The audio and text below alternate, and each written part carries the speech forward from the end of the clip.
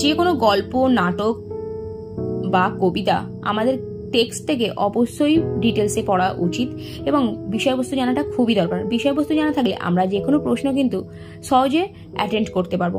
এই ভিডিওর মাধ্যমে ধীবর বৃত্তান্ত নাটকের বেশ কিছু গুরুত্বপূর্ণ প্রশ্ন আলোচনা করা হলো।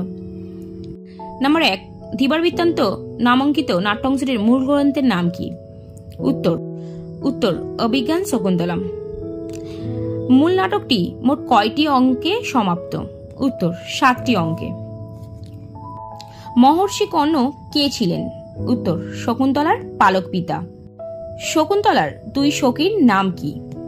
উত্তর অনুসুয়া ও প্রিয়াঙ্গদা। মহর্ষি কর্ণের আশ্রম কোথায় ছিল? উত্তর তপবনে।